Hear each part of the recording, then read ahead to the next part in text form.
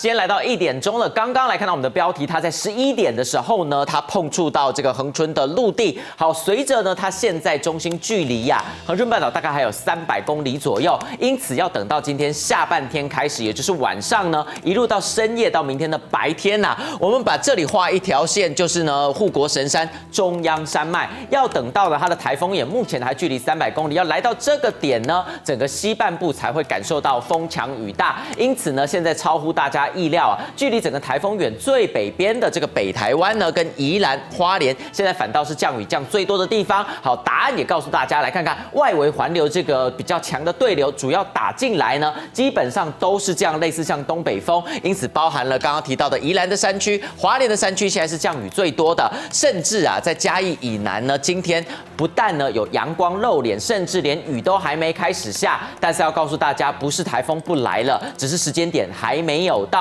透过呢这样的雷达回波图看的就非常明显。但今天午后呢一过了，刚刚看到了它的暴风半径今天已经切到这个地方呢是恒春半岛。好，现在看到这个暴风半径才320公里而已。最新一报，刚刚顺佳告诉我们了，因为它经过了这个海域，有利于它持续增强，包含近中心的风速呢。下一张图表来看看，目前呢还维持在每秒58公尺，下一报就有机会往上突破了，来到60公尺，这已经是破纪录的17级强阵风。那今天呢，包含在兰屿已经观测到了13级的强阵风，接下来有机会呢再往上飙。那另外一个呢，虽然威力增强之外，7级暴风半径是320公里，接下来有机会来到350公里。因此呢，目前虽然只有切过恒春半岛，接下来来到这个点的时候呢，包含了台东以及南高雄，再加上屏东跟恒春半岛都受到它暴风半径呢划过的影响接下来就会风强雨骤。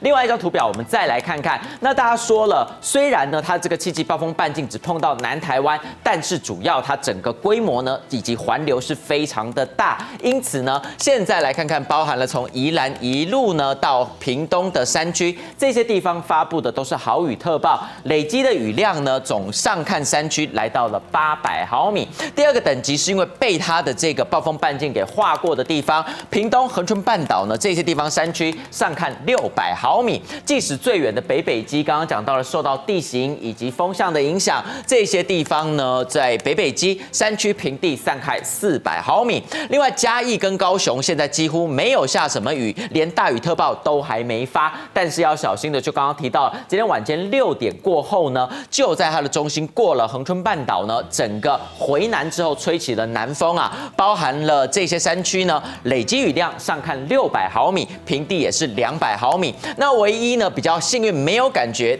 像台风天的，就从桃园到云林基本上山区上看300毫米。但要告诉大家，这些地方因为受到地形的影响，台湾海峡把这些风势给增加了，因此从桃园、新竹一路到苗栗，这些沿海上看10级强阵风，反倒明天白天是符合停班课的标准，但是当然要由县市政府来决定。接下来看看刚刚所提到，来看看目前累积雨量，嘉义以南一整片空白，雨下的比较多的地方在花莲、宜兰跟桃园，但马上呢中午过后风云变色，包含了南台湾的累积雨量就会越来越多。另外呢，我们再来看看实际的影响时程。好，包含礼拜一整个西半部现在看起来都还没有降雨，但从今天深夜开始呢，原本有在降雨的这个花莲跟台东以及屏东的山区呢，雨势呢是持续的扩展。那原本来看看这边都还是空白的，在嘉义以南的地区呢，雨势就会迅速的累加，甚至到礼拜三离开过后，因为现在吹的还是南风，